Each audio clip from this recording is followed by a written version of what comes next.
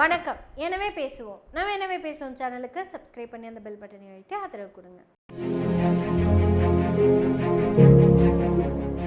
அது என்னன்னு தெரியலைங்க. தமிழ்நாட்டில் இருக்கிற ஈடி வாரியத்துக்கு 6 தலைவர்னே தெரியலைங்க. கொஞ்ச நாளுக்கு முன்னாடி வரைக்கும் நம்ம அண்ணாமலை அண்ணன் தான் தலைவராக இருந்த மாதிரி ஞாபகம்.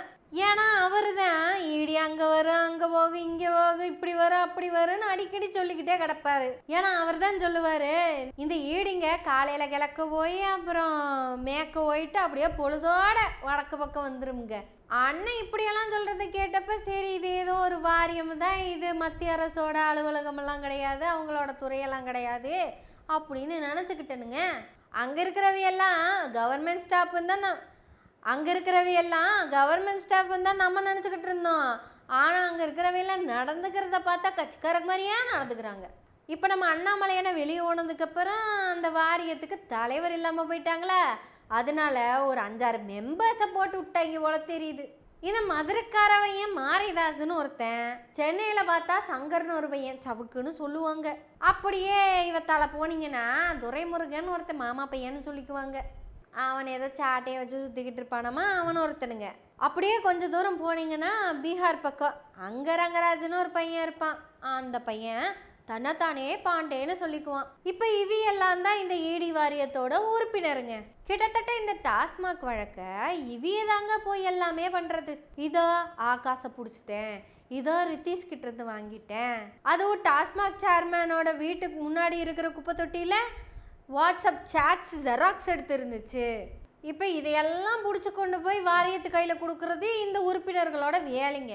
கிட்டத்தட்ட 4 பேரும் ஒன்றா உட்காந்துட்டு 4 பெஞ்சு நீதிபதி மாதிரி தீர்ப்பே எழுத ஆரம்பிச்சிட்டாங்க. ஒருத்தவங்க சொல்கிறாரு, செவ்வாய்க்கிழமை காலையில் உதயநிதியை கூட்டிகிட்டு வந்துடுவோம், 10 டான்னு போய் பல்லழிச்சிட்டு நின்று கூட்டிகிட்டு வந்துடுவோம். அடுத்தவர் சொல்கிறாருங்க, செவ்வாய்க்கிழமைக்கு வாய்ப்பு இல்லைங்க, பொழுதோட புதன்கிழமை போய்க்கலாம் அப்படின்னு சொல்லியிருக்கிறாருங்க. இன்னொருத்தர் சொல்கிறாருங்க, பொண்ணு கிடைச்சாலும் புதன் கிடைக்காதுங்க, அதனால் நம்ம புதன்கிழமையே போய்க்கலாம் அப்படிங்கிறாருங்க. நிறைஞ்ச நாள், நல்ல முகூர்த்த நாள், நல்ல அமாவாசை நாள், இந்த மாதிரி நாளெல்லாம் வாய்க்கவே வாய்க்காதுங்க. நான் கூட அமலாக்கத்துறையினப்ப கவர்மெண்ட் ஸ்டாஃப்ஸ் எல்லாம் இருப்பாங்க, அதிகாரிங்க தான் இருப்பாங்க அப்படின்னு நினச்சிக்கிட்டு இருந்தாங்க. இவைய பேசுகிறதெல்லாம் பார்த்தா உறுப்பினர்கள் தான் அங்கேயும் இருப்பாங்க போல தெரியுது. எல்லாமே இவைய 4 பேர் தாங்க. சம்பளமே இவியலுக்கு தான் கொடுக்குறாங்க போல தெரியுது. தமிழ்நாட்டில் யாருக்கிட்ட யார் போகணும், எங்கே என்ன பண்ணணும், யாரை பிடிக்கணும், எல்லா முடிவும் இவையே தான் எடுப்பாங்க. அதுவும் இந்த சங்கரும் மாரிதாசும் சேர்ந்து ஐயோ ஐநா சபை பொதுச் செயலாளர் ரேஞ்சுக்கு பேசிகிட்டு இருக்காங்க. இவையெல்லாம் பேசுகிறத கேட்டால் புதன்கிழமும் பொழுதோட உதயநிதியை கூட்டிகிட்டு போயிடுவாங்கன்னு தான் நினச்சேன். ஆனால் சுப்ரீம் கோர்ட்டில் மார்னிங்கே சொல்லிட்டாங்க, what you want to do அப்படின்னு. உன்ற வேலை என்ன, யார் நீ என்ன மாரிதாஸ் கிட்ட வேலை செய்கிறியா? அமலாக்கத்துறைங்கிறது மத்திய அரசோட ஒரு அமைப்பு, ஆனால் நீங்களாம் நடந்துக்கிறத பார்த்தா அப்படி தெரியவே இல்லையே. இந்தியாங்கிறது மாநில அரசும் இருக்குது, மத்திய அரசும் இருக்குது, 2 சேர்ந்து தான் இருக்குது. நீங்கள் உங்கள் பொழப்பை பார்த்துட்டு இருக்க வேண்டியதானே, நீங்கள் எதுக்கு அங்கே ஏறிட்டு போய் நிற்கிறீங்க? அது என்ன கேஸுன்னு அவைய பார்த்துக்குவாங்க. அது ஏதோ எடுபடி பழனிசாமி ஆட்சி காலத்தில் போட்டதாமா, போலீஸ் போட்ட எஃப்ஐஆருக்கு உங்களுக்கு என்ன வேலை? நீங்கள் ஏதோ மாரிதாஸ் கிட்ட சம்பளம் வாங்குற மாதிரி இல்லை வேலை பார்த்துட்டு இருக்கிறீங்க. நீங்கள் பண்ணுறதெல்லாம் பார்த்தா அந்த யூடியூபரோட ரிப்போர்ட்டர்ஸ் மாதிரி இருக்குது. நீங்கள் ஈடி மாதிரி வேலை செய்யுங்க. இது நான் ஒரு அமைப்பு, நான் உச்ச நீதிமன்றம், இன்னொன்று ஒன்றிய அரசு, இன்னொன்று மாநில அரசு இருக்குது. நம்ம எல்லாம் சேர்ந்து தான் இந்த இந்திய மக்களுக்கு ஒரு சில வேலைகளை செய்யணும். நீ என்னன்னு பார்த்தா அவியலோட வேலைக்குள்ளே போய் தலையை விட்டுட்டுருக்குற. உனக்கு என்ன வேணும்? நீ என்ன பண்ணுறன்னா டப்பி சாத்திட்டு ஓரமாக போய் உட்காந்துக்க. அவிய என்ன பண்ணுவாங்கன்னு அவிய பார்த்துக்குவா. தீர்ப்பை பார்த்த உடனேயும் இந்த யூடியூபர்ஸ்க்கு என்னாச்சுன்னே தெரியலைங்க. நாங்கள் வந்துட்டுங்க, நாங்கள் ஒரு புலனாய்வு நெறிங்க, நாங்கள் நல்லதையெல்லாம் தேடி எடுத்துட்டு நாங்கள் தான் உங்களுக்கு கொடுக்குறோம்.